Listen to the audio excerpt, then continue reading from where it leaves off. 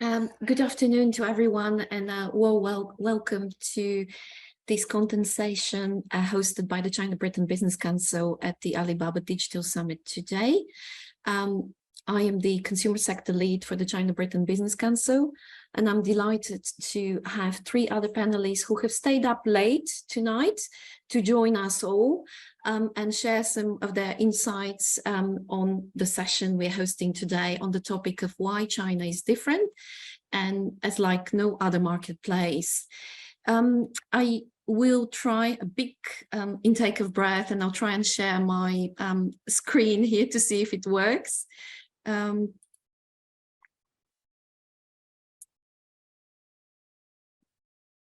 Right, I hope you all can see my slides here today.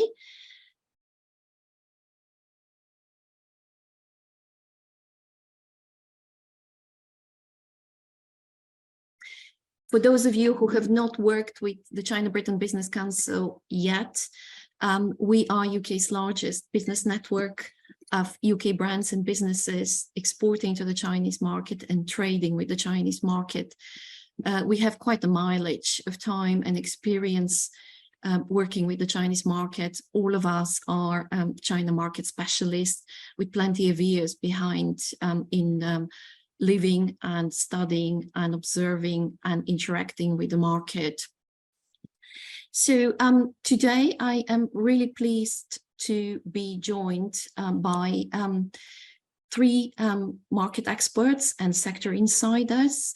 So today here we are joined by Sharon Guy, who is the General Manager for Pattern Inc., a e-commerce solutions provider enabling brands to grow in the Chinese market. So I just wanted to give an opportunity for each of our panelists today just to introduce briefly in their own words. Sharon. Hello. Hi. Thank you, Antonetta. Yes, so my name is Sharon, and currently the General Manager for Pattern in China. We're what we call an e-commerce accelerator. And so essentially what that means is we work and partner with a lot of brands, and we provide omni-channel services for them so that they can become available in various countries around the world. It's really interesting for me to be here, I think, at Gateway, simply because I remember the first time I came to Gateway was actually in Detroit about 5 years ago. And that was when I was working at Alibaba. So on the organizer side, and it's interesting to come 5 years later on the panel side. We'll see in another 5 years what role I would take after that. It's hard to predict right now, but it's a pleasure to be here. Thank you, Sharon. I also have Jack Harrison, the Chief Operating Officer and co-founder of Archon Brands, a brand management consultancy helping brands expand into the APAC, Greater China and APAC region. Jack. Thank you, Antonetta. Yeah, good evening all from Hong Kong. It's good to be back in Asia. I've been away for the last 4 months, and actually quite nice to come back to Hong Kong without having to do quarantine for the first time. So it does, it feels a little bit different this time around, and I think sort of we're all hopeful, right, that APAC is starting to open up. My background, I've been in Greater China for nearly 14 years now. So first stint was in Beijing with Accenture back then. Then I was in Taiwan for some years, and then I moved to Hong Kong about 5 years ago, where I co-founded this business, Archon Brands. We work with a mixture of a lot of British companies, companies like Fortnum and Mason, who you would have heard from earlier today, Gremont Watches, Tusking Bags. Our current client list includes Aman Essentials, which is the retail line of Aman Resorts. And I think there's a few people sort of in the cosmetic space joining this call today. Varley, which is a women's contemporary athleisure brand. Sharma and Walker, which many may know is the Queen, our late Queen's chocolatier. And our role is basically we become the sort of APAC office for those brands. the left and the right hand to sort of help them to navigate this market. We write the strategy and then help to execute it. And we worked together with Pattern before on previous cases. So yeah, looking forward to the conversation. Thank you, Jack. And last but not least, I have my China counterpart, Guoran, who is based in Beijing and who looks after our clients on China side, apart from leading a very large team of consumer team members across several of China's big tier 1 and tier 2 cities. Ran? Yeah, hello everyone. So I am CBBC's director for consumer sector. I'm based in Beijing. So I have been at CBBC for about 5 years, and prior to joining industry, guiding international companies succeed in China market. So together with my wonderful colleague Antonetta and our project manager teams in Beijing and Shanghai, we have been assisting our clients and members, especially in the food and drink sector, but also in the wider consumer products sector, to enter the Chinese market and also to grow and expand in China. Thank you, Ran. I'm really looking forward to an insightful conversation among all of us. But before we do that, I just wanted to spend a few minutes to set the scene. And I also wanted to introduce what we at the China-Britain Business Council do for our clients in the consumer space. So we have a range of services which match the entire customer journey from a real beginning interest in the market, whether a brand's product matches the market demand, right through to identification of partners, be those distributors, e-commerce platforms, trade partners or TPs, retailers, etc., to company check, validation of product concept for the market through some of our focus group with industry insiders, as well as, so those take place in China, as well as some focus group we have launched this year with UK-based key opinion consumers for product seeding and key opinion leaders for product promotion. At any point, if anyone had some questions about the services we offer, either myself or Ran will be happy to have a chat after this session. So what's happening in the consumer space in China? I think just a couple of months ago, we hosted a China Consumer Conference in central London, of similar size to the event many of you attended yesterday in presence at the British Museum, and the focus was firmly on whether China and Chinese consumers are still a magnet for UK consumer brands. So we've put here some of the highlights of the conference. A lot of those are relevant. However, joining yesterday's consumer, I can note a few changes that have happened in that space. So China is definitely now the wealthiest consumer market in the world, overtaken the US in that respect. So it is a market no consumer brand with serious ambitions to grow can ignore.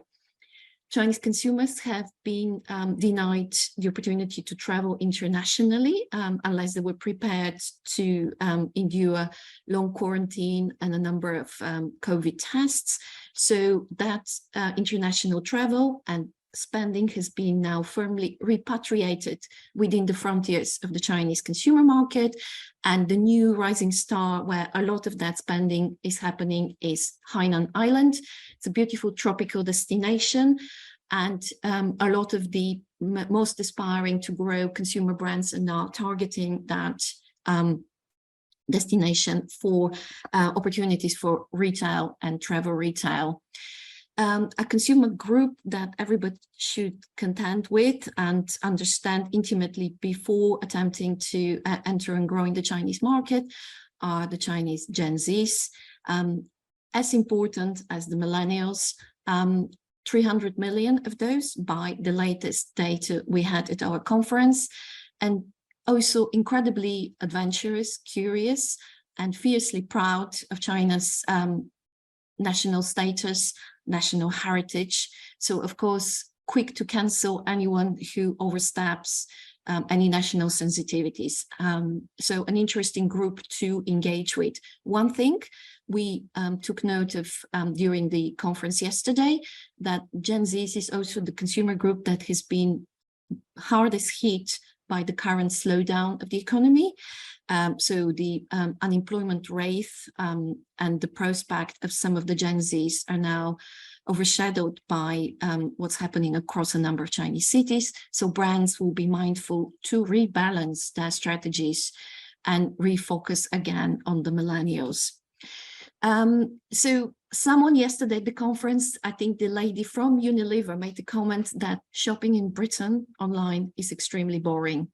So nothing like that in China. Shopping in China is an art, a form of entertainment, and it's being perfected. And it's being innovated all of the time. So any combinations of gaming, art experience, virtual experience are now the norm during online shopping. So what's happening in retail and e-commerce? So very fast, rapid digitization of all channels and incredible innovation across platforms, whether horizontal or vertical, with new digital technology. This has been driven by Gen Zs and by demand for new experiences, but also accelerated by the lockdowns that have occurred in a number of Chinese cities. There is a lot of talk about artificial influencers, and this is a new buzzword in the industry, and everybody is interested in collaborating with some of those, partly because they have appeal over Gen Zs, but also because some of the real stars among the social media influencers, social commerce influencers have been hit by government crackdowns and have disappeared either due to tax scandals or other misconduct. So AI influencers are definitely a thing to stay. I think now everybody is very well familiar with live streaming and working with key opinion leaders. So there are some numbers that we noted during our conference of the size of that market. And of course, we have the Double 11 online shopping festival coming in November shortly, which will be a new indication as to where this is heading. I think Jack will be able to talk about what's happening in the brick and mortar retail space. But one thing we noted during our conference is that there is a lot of innovation happening, particularly with beauty retailers, which are innovating much faster than some of their counterparts in the West, launching new beauty retail formats and taking inspiration from some of the Chinese wet markets, making them quite minimalistic, open, and really open to exploration by consumers. And finally, it's a lot about forming communities and appealing to different consumer groups. So segmentation of consumer marketing is happening very rapidly. One group that has come to the fore, I think, during lockdown is the potential of the digital seniors. Many of them have actually moved online, particularly during lockdown, and represent a remarkable opportunity for a number of sectors, from health and wellness to entertainment. Tier 2, or this represents the cities beyond the big cosmopolitan cities of Beijing, Shanghai, Shenzhen, and Guangzhou. So these are the regional capital, the provincial capitals, the regional booming centers are now presenting a real opportunities for companies to expand and gain more customers. A lot was said at our conference and yesterday about purposeful consumption, mindful consumption, about sustainability. And we all acknowledge that Chinese consumers have their own personal well-being as the driving factor. However, they are also very mindful that that agenda aligns with the well-being of their own surrounding environment and the global environment. So I think interactive collaboration is something that a lot of our clients and actually delegates who came to the conference yesterday are already practicing. There are numerous examples of very innovative and quite quirky cross-brand collaborations. So I will not dwell on these anymore here. I have prepared as well a research checklist about Are You China Ready? And I will share that presentation or through the Alibaba team at the end of the session. But now I will stop sharing and I will move to a panel discussion. And I would invite our delegates to turn on actually their microphones. And I think I am going to start with my colleague Ran, who is in Beijing and who is on the ground there. So trust me, there is nothing like being on the ground in China after so many years of not being able to travel there. So obviously you have observed the changes that have happened with routes to market. With routes to market over the last 3 years when international travel was disrupted. I think it used to be that brands will attend a trade show, meet a potential distributor, sign a distribution deal, and then move into the offline space before considering expanding online. This has been completely reversed during the last 3 years. I think about 80% of our clients have entered the market online. So I just wanted to hear what your views are. Do you think this is true across the board, or is it just true for some of the product categories you work with? Yeah, I think, thank you, Antoinette. I think with the boom of e-commerce in China, it's definitely the percentage of brands utilizing e-commerce platforms is definitely rising. But I also think there's no rule of thumb of which route the brand should take entering the Chinese market. I mean, the brick and mortar distribution channel, the traditional general trade working with the distributor, I think that's still a very important route to market that that one cannot ignore. But then it takes time to enter the Chinese market through a distributor, because you need to have that interest and you need to have the trust. And a brand needs to take time to discuss and work with that distributor. And whereas working on e-commerce is faster and it offers more flexibility and freedom for a brand to do whatever it wants to do. I mean, working with a capable TP like Pattern, allows you to be present online, instantly. I mean, not instantly, but within a short period of time comparing to traditional general trade. But then also it can be more expensive for a brand with less brand awareness in China. I mean, a brand needs to invest more on working with the KOL to increase your awareness and portfolio online in order to drive traffic. Otherwise, it will be buried and lost in a sea of e-commerce, basically. So it depends. I think it's really a case-by-case thing. The brand needs to evaluate its brand awareness at home and abroad, and also, the budget that it wants to invest in the Chinese market. And the feasibility and the time and effort commitment that it wants to devote, because you really need to manage and work closely with your TP to make it work. It's not as easy. But then I think for brands that have already good awareness abroad, like Fortnum and Mason and Holland & Barrett, I think it's easier to succeed on e-commerce. Otherwise, I think general trade or offline retail is still the option of a lot of the other brands. Thank you. I'm picking right on the term you used with such ease, TP. So few outsiders of those that do not work with the Chinese market know what a TP means, actually. Sometimes it means trade partner, but the majority of us use just the TP. It's a term that actually entered into parlance when a brand started to work through cross-border e-commerce channel. And we're lucky to have a TP in our virtual room today. But I mean, when these terms started circulating in use, it actually meant an e-commerce solution provider. But now the the work responsibilities of TPs have actually grown. I think we know of TPs that also offer back office services. There are a lot of them are doing all of the inside marketing for their clients. And some of them are supporting their clients expand into the offline space. So Sharon, can you talk us through as to what can you expect from a TP? And, you know, given that they do now have assumed so many responsibilities, do we still need other partners in the market? Yeah, sure.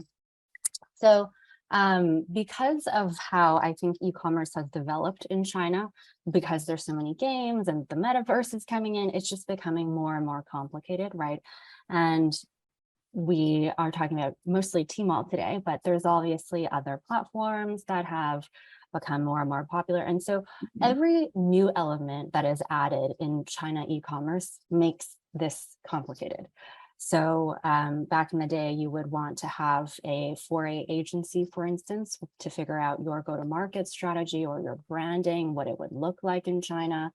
Maybe you would hire another PR firm to instill a presence, a web presence for your brands in different magazines and different media channels. And then maybe you would hire another, what we call a out-of-channel marketing agency to help with Little Red Book accounts, WeChat accounts, and it goes on and on and on, right? So there's now sort of an alphabet soup of different providers. But I would say that a TP, so a Tmall partner, is really at the core of that.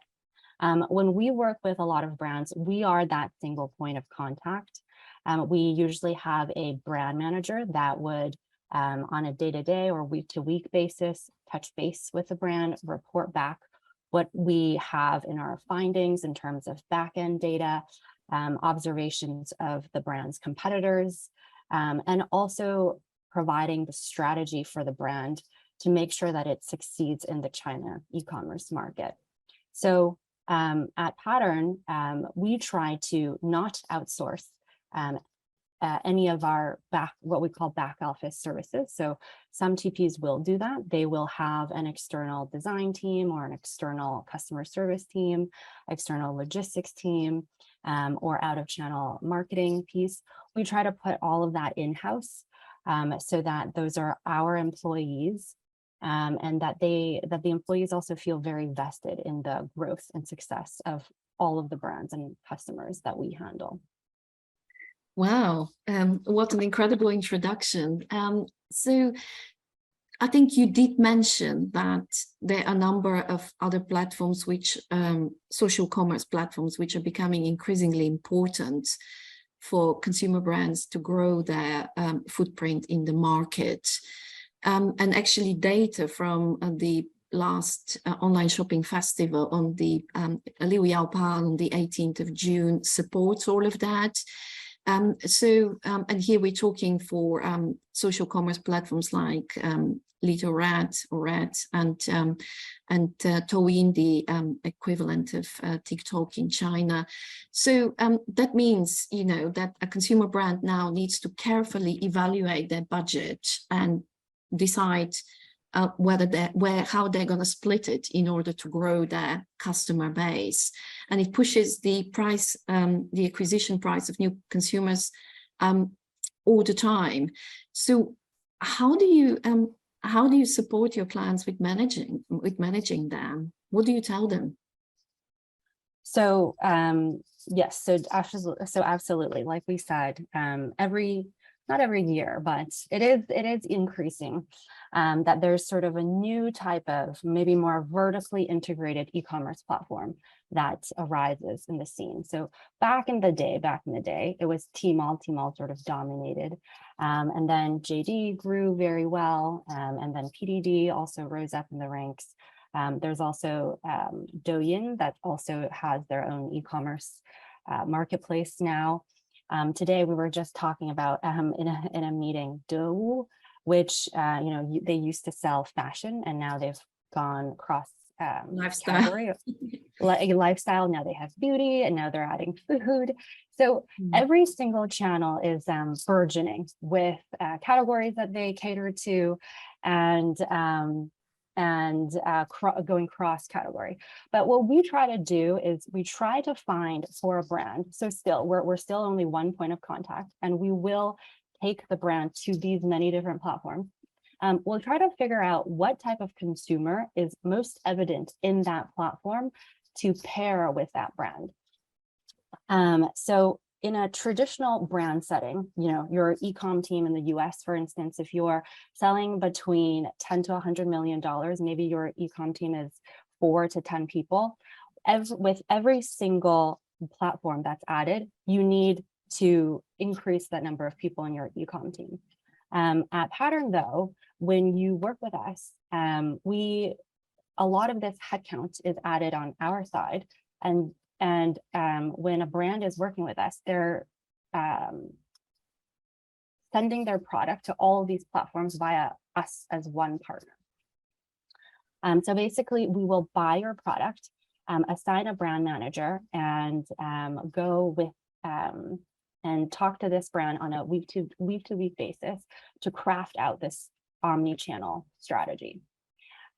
So we hope that we are an easy solution for brands when they're looking at the Chinese e-commerce market, because we hire the best people in the country to learn all of those nitty-gritty terms and the alphabet soup type of agencies and partners that we have, keep up to date with all the new rules and regulations that's happening in the market, and also work with the platforms to get the best type of resources possible for the brands that we work with. So you are definitely needed partner for China, but I would still advise all of the consumer brands and companies to own as much knowledge about the market as possible and keep adding to it in order to help them make informed decisions. I mean, this is what makes China so different and quite challenging, because it keeps changing all the time. So I think a lot, and obviously we are at the Digital Summit, so a lot today has been about digital routes to market. And naturally, many consumer companies have not been able to travel to the market. They have been wary of investing in a brick and mortar because of geopolitics, because of COVID restrictions. But we do have here a brand management consultancy which have managed to introduce a number of brands into the offline space and done it successfully. So are you going to pose me, Jack, here and tell us why brands should still keep their arms very firmly on the offline route to market? Thanks for giving me definitely a difficult question to answer at Alibaba conference, but I think it's a good question, right? Which is, and I think the reality is, as you say, the last couple of years have been hard, right, for offline retail anywhere in the world, and I think sort of the last couple of weeks in China, if you talk to people, have been tough, right? With certain events happening in Beijing, means that sort of the flow of people is being challenged, right? And I think what we've seen in the other Western markets, right, and we'll see the same in China, and we've seen it when rules have changed, is that offline has bounced back. And I think if you look at the stats pre-COVID, they're pretty compelling, right? China's the world's leading e-com market, right? Over 50% of sales are on e-com, and the majority of them are on Tmall, right? So that is the key opening conversation. But there's a nuance to that which a lot of brands aren't aware of, which is it's about 85% of online decisions involve a offline touch point, right? Which means a wholesale partner or visit to a store. So China is the true omni, physical to digital market, and when you go there, it's incredible, right, to see it. And I think offline is important, and I think if you look at the sort of and the brands that we work with, Fortnum and Mason and Carmen this earlier today, she said it, which is offline and online are inseparable in China. I think So Fortnum started when we first started working with them, it was wholesale in Hong Kong, have a wholesale in the rest of APAC. And then they got the confidence to do their own flagship store in Hong Kong. And then they got the confidence to open up in Tmall Global. And that's quite recently in their journey. And I think, now they're testing and learning on Tmall Global, and eventually they'll do a domestic store. And I was talking to Sharon and the Pattern team earlier this week, but they would love an offline store, right? An offline store is great for online. It'll drive traffic to online as well. So I don't think China, just another thing that you see in retail, right, is this is a little bit different to the West, is particularly on some categories like sport or fashion or luxury watches, people want to go in, not only do they want to try the product, but they want to be part of a community. And I think you've seen it with the trainers brand, what they're doing around night running. Brompton Bikes have been doing the same. Neo and that whole sort of club that they're creating with it. It's a community, and those are hard to create just online. So I think it's a combination of the two that'll make you successful in China. But the great advantage of Tmall Global is the opportunity to have a digitally led strategy, right? And then, which is different, not as you said, earlier, often previously it was physical first, which is probably a bit more heavy lifting. And now it can be a bit more digital led. So I think one thing that we heard at both conferences actually as to how brands are mitigating the risks of continuous lockdowns in China, or the possibility that borders will remain closed for some time still, right? So there was a talk about China Plus strategy, Jack, that some brands are now, that were extremely focused on mainland China, are now looking to some of the other attractive regions in the market. What's your view on that? God, you're giving me all the difficult questions. The China Plus, look, I think in reality, the last couple of years, geopolitical issues, Russia, Taiwan Straits issues, it would be a lie to say that brands are not looking outside of China for manufacturing, right? And you've seen Southeast Asia benefit from that. You've seen it in Vietnam. So yeah, I think sort of an APAC strategy as part of China, and the brands that we've worked with have all had China as the center of an APAC strategy. You look at the Bain data's come out again, I think, over the last couple of months, and China will be, again, they're forecasting by 2025, it will be the top, luxury market in the world, and you had some stats there as well. So China's got to be central. And there was the 111 Skin founder earlier today, she talked about it, right, which was like, it's not just China, it's a Chinese strategy. So like understanding what Chinese people and where they're going to consume your product outside of China, because they're gonna start traveling again, right? And when they start traveling, the first places they're gonna go, sadly, is not London. Probably they will eventually, but they'll go to APAC. So you need to be in those places.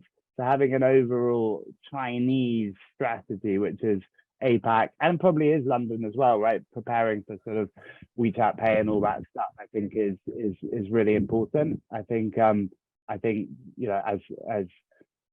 all the world's, I remember hearing from Breitling once saying, one of the big luxury watch brands, they said one in every, for every one watch they sold in China, they still sold 4 to Chinese outside of China. So there's and that obviously is slightly different today, but having an overall Chinese strategy as part of an APAC strategy, I think is right. So yeah, I agree with your China Plus. Yeah, no, I think talking about Chinese consumer now means the Chinese consumers in mainland China and the Chinese diaspora. And, we have been increasingly connected with the Chinese community of students, residents in the UK, and valid point for all of those brands like 111 Skincare that are selling to Chinese consumers in New York and Paris. So, and the funny thing was, while yesterday we were at the conference venue in the beautiful British Museum, all talking about China, at the very top floor of the British Museum, there was a tiny exhibition of a Chinese silk scroll depicting all of the training of the Chinese royal imperial court's ladies, and it is a very valid artifact, very valuable artifact, which has not been seen for a long time. So the entire room was full of Chinese students. I think there were more than 100 of them. It was absolutely amazing to see the pride, the interest, the curiosity of all these Chinese students toward their own artifacts. And I did steal some time from the conference to go and see that as well. But talking about that, we are all aware that China chic is a consumer trend that has been now, prevalent across online platforms, in offline retail, and also on social media. So Chinese consumers have not been able to travel freely. So within their own borders, I think they've become more connected with domestic brands because they're quicker to adapt to new situation, quicker to respond to their moods and desires. So China Chic is an event that is now impacting on search and demand for new consumer goods. So I wanted to ask Ran how she sees that evolving as a consumer herself. Would that kind of continue once consumers are able to travel internationally, or is this a consumer trend which is likely to stay, and we, from a Western perspective, need to adapt to living with that? Yeah, I think, the past 3 years give a good window for Chinese brands to grow because of the lack of interactions from international brands in China. But I think, we all observe the rise of guochao, the attribute to Chinese culture from brands and consumers, and we're embracing suddenly rediscovering our own culture again. And then from a commercial perspective, all brands from food and drink to cosmetics are using elements from traditional Chinese, culture, from drawings to art, to integrate that into their packaging, product design, flavoring, everything. So that's been a trend that's still here. But then I think my feeling is that people are a little bit tired of this. After 3 years of being locked in China, I think we want something different. So guochao was initially very popular because this was something new and fresh. And then I think after 3 years, it's not new and fresh anymore. So I think the borders, if the borders are open, people will welcome something that could connect us with the international communities again. Thank you. I wonder if Sharon wanted to add something, another perspective, perhaps, from another city in China. Sure, just very, very quickly, I guess. So I think the guochao trend is probably here to stay in the sense that Chinese brands is just something that will always be here, right, for Chinese consumers. It's not like we will have a day where it's a huge reverse of all the Chinese brands are gone and it's all foreign brands again. That sort of just won't really happen. So I think in the future with the traveling, it will probably be a dual lane where there are the burgeoning Chinese brands that we have bubbling up in e-commerce right now, but there's probably also a new wave of Western brands or foreign brands that's just woken up or just been educated about the Chinese e-commerce scene, and then want to take a look, because out of all the brands in the world, Tmall Global rather definitely does not have everybody on board right now. And so that means a huge percentage are still brands that's remaining in their home countries. So I think we'll eventually have that future wave of those newer brands coming in. Thank you. I think I'm just conscious of our time, but before, because I wanted to leave some time for the audience questions.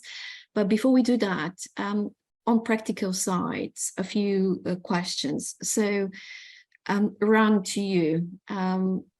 You deal with Chinese buyers, Chinese partners, Chinese retailers on a daily basis. And most of the time they come to you to complain about, you know, UK consumer brands passing now all the consumer price increases to them. But can you try and kind of summarize the main challenges that, you know, Chinese partners grapple with when working with UK consumer brands? Sure.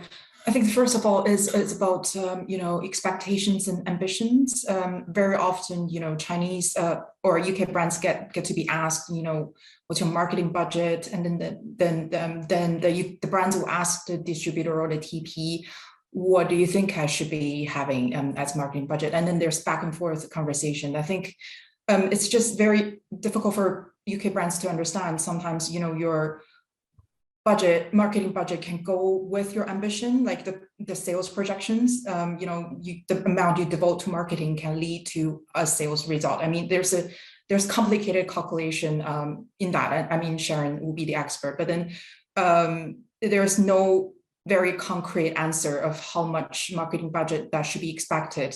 So the answer is usually not provided by the distributor. So it creates a confusion for UK brands, and then a lot of times both sides got stuck because they couldn't agree or understand each other in terms of marketing budget. So I think that's number one. And then also there's often a constant concern of supply. So the distributors or the TP will worry that there's not sufficient supplies. You know, there's unstable logistics from the brand side, especially in terms of shopping festivals, you know, the mid-year shopping festival or Double 11. So I think the brands need to understand the marketing calendar of China, especially for e-commerce, that they need to give lead time for supply to be there and to work with their distributor on those shopping festivals. And then also, I think there's usually a complaint about the lack of SKUs. I think consumers in China have grown picky during the years. They would expect many different choices and different product lines and different colors and packagings. So often, you know, there's not enough SKUs to choose from. Yeah, I think fair enough. You know, as we discussed, you know, one of the pickiest consumer in the world, really. I just wanted to turn to Jack because he obviously manages that side for his own clients. So how does that look from the other side? What do UK brands struggle with when dealing with Chinese partners? Look, I think Ram's point about sort of merchandise and inventory planning is like super important, right? Because it's very easy to get excited about the consumer potential and then, you know, put some numbers together based on some competition and get board approval, and everyone's like, hey, wow, China's gonna, you know, change our sales. And then, you know, not then having the right merchandise and product mix to deliver that. Honestly, I totally agree with that. That's a key risk, right? Which is, how do you then make that reality? And I think sort of doing a fair, and the sort of, sorry to sort of say a 101 thing, but like proper China preparation in terms of like research to be able to make those decisions. I think someone in the group sort of in the group chat said, do you need someone on the ground in China?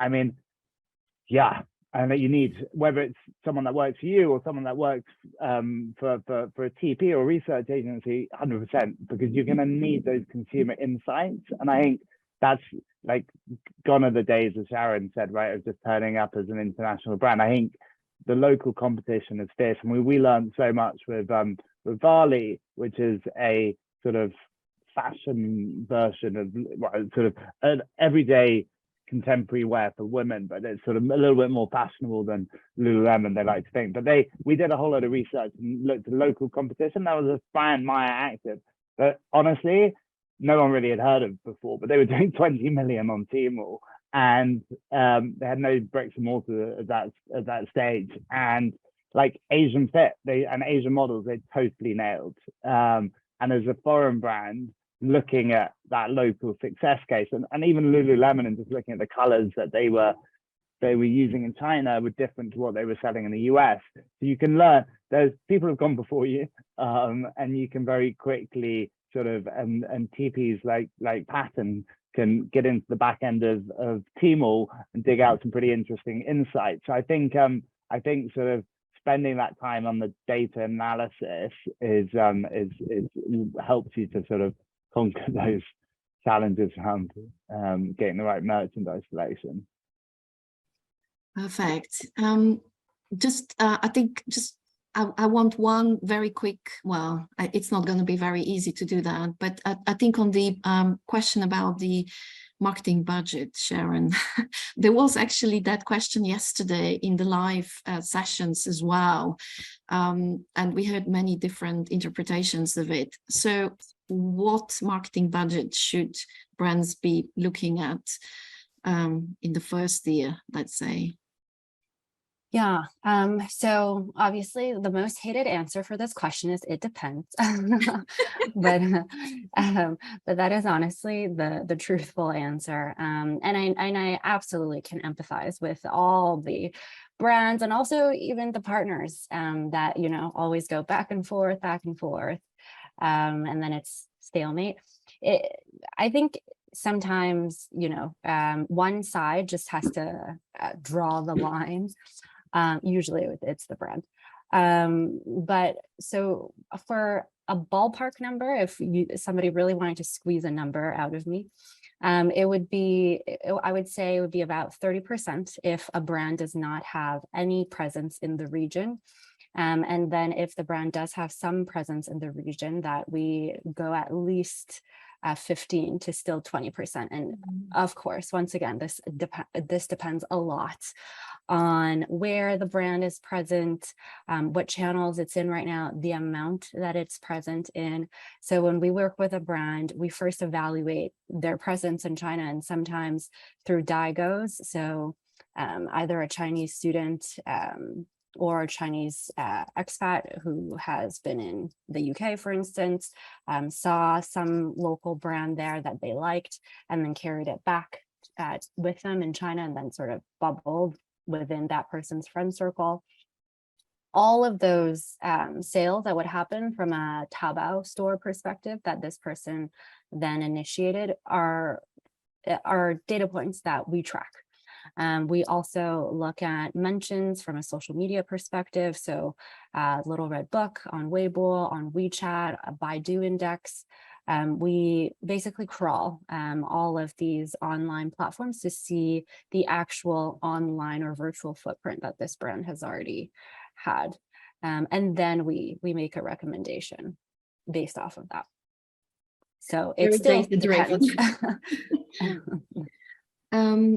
Okay, so I think I wanted to look at the questions we've got in the chat box, but before that, I still want to hear from you as to what do you think are the biggest trending opportunities for UK brands in specific, although I think today we have also European companies, so maybe give a broader European view in the consumer market in China at the moment. I think what I took away from discussions yesterday, that everybody is focusing on beauty, personal care, health and wellness, and glamping.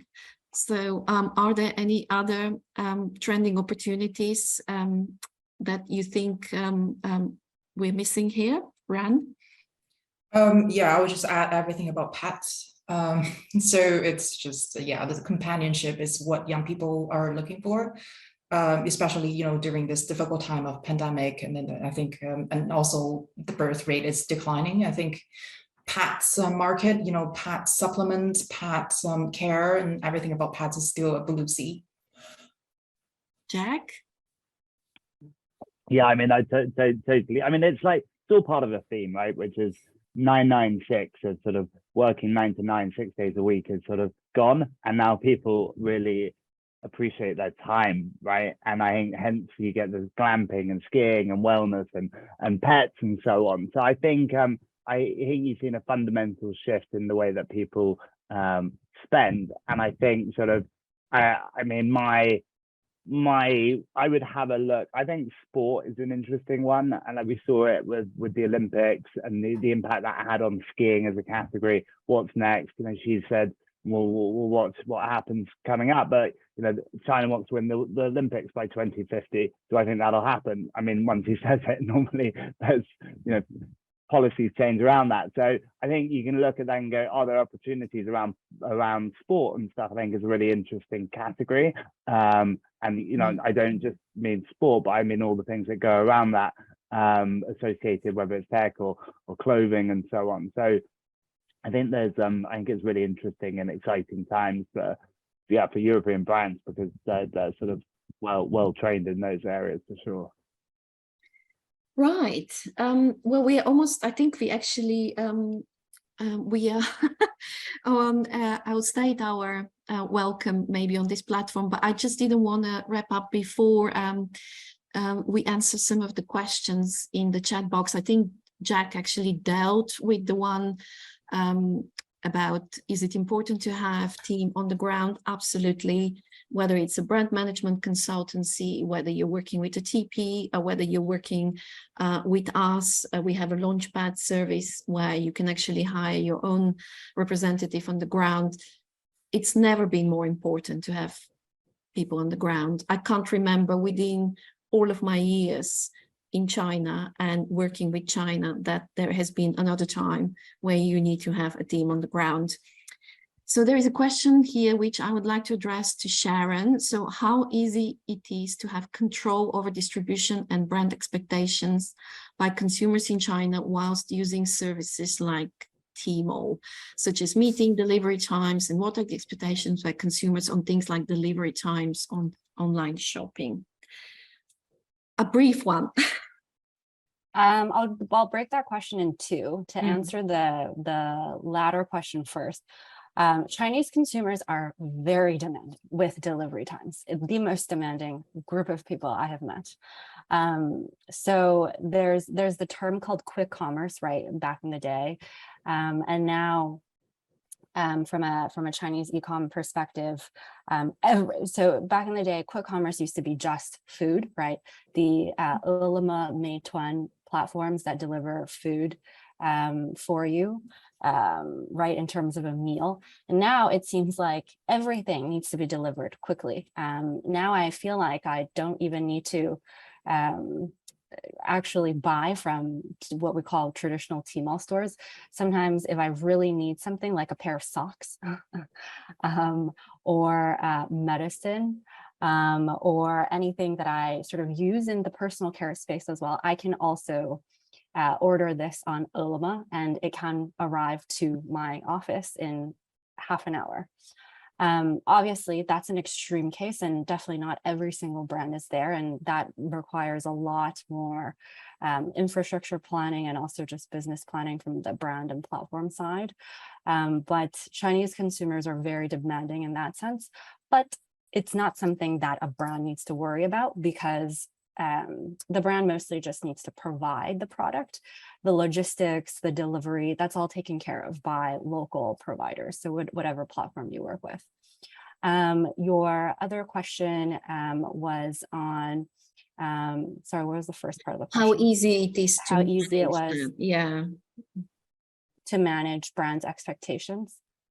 No, I think how easy was to manage the brand image. I think, let me just have a look again. The distribution bit. So we're doing, so we just went through several exercises with actually a lot of our brands that we work with, where there's a lot of what we call parallel importers. So those can be the daigous, or they're the, in Chinese we call it 小B, or the little B2B players. So they're not a formal distribution company of any kind, but their sales volumes are considerable, and they would buy the product in bulk from the home country and make it available on Chinese e-commerce platforms. that when the brand officially opens on the platform, there's suddenly a huge array of different sellers selling the same product at many different price points. Sometimes if this brand can become really popular, there's fake products that start imitating the original brand and also sell at a much lower price. So when we see this happen, we call it, what we eventually have to do is clean out the channel. So we clean out the parallel importers, we clean out the fake products, and we manage e-distribution, at least in that way. And that's from a B2C perspective. And then on the B2B perspective, and this is something that we've started to do more and more, is we've noticed that there's a lot of B2B, actual B2B sellers of this brand that also infiltrate the market. And so we also look at cases like that where we try to clean out the channel balance between the B2C sellers and the B2B sellers. So it can get messy or complicated, but same message is usually we would be the partner to take on that responsibility and to take on that service, because it is quite a common phenomenon. And sometimes it's a blessing, right? When there's so many different sellers competing to sell your brand, it means that your brand is doing well. And it means that the consumers are receiving it well, that they're actually seeking to buy it from many different channels. Yeah, so it's a thin line between a product being popular and your kind of whole strategy being in disarray by different small b, little b. what did you call them? Little b's. Yep. Shall be. So there was a question here about the tier 1 and tier 2 cities, and I won't say much of it to say that these are not random. So you need to have a certain level of GDP and also living standards to be able to be classified as a tier 1 city. So at the moment, the official tier 1 cities are the capital Beijing, Shanghai, Guangzhou, and Shenzhen in the south. I think I've heard of 1+ as well tier, but essentially the tier 2 cities at the moment are the provincial capitals and some of the big booming regional centers.